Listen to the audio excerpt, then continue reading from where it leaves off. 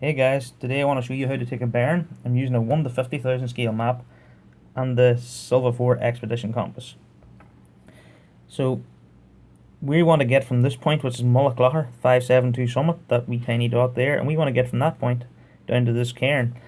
So in order to take a barren, the way I find it easiest is put the edge of the compass through the dot.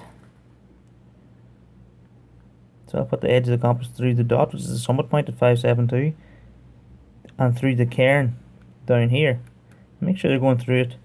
And I prefer to use the side of the compass. I find it a lot easier. Some people use this here, which is fine, and you can use that as well, but I find it easier using the side of the compass. Now, one important thing that you must do, your direction of travel arrow on your compass must face the way you intend to walk.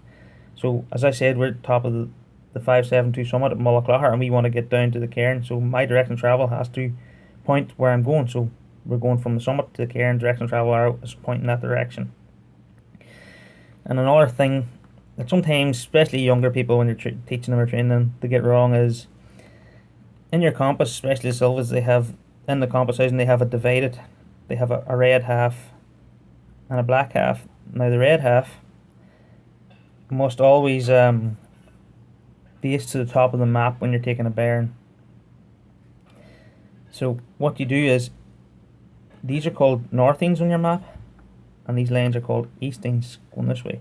So we want to get the red half of our compass pointing towards the top of the map, and the lines that are in the compass must be parallel or on the northern lines to get your compass bearing. Again, if you've done it this way and you have the north of the compass, north lines in the compass facing south, again you're doing an opposite bearing direction. Right, so what we want to do is make sure they're north. So we'll turn them to their parallel, and that's our compass reading there, sitting in around 280.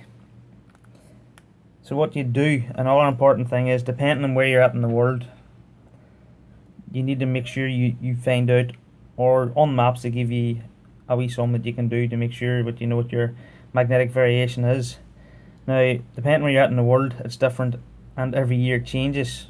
So it won't be the same this year in the UK or Ireland compared to next year. It will change, and depending on what part of the world you're in, it's different as well. So you must find out what your magnetic variation is. Then you add that to your compass, whatever the variation is on your compass. Then obviously you'll put your red needle into your red needle housing, and you'd follow your direction of travel arrow.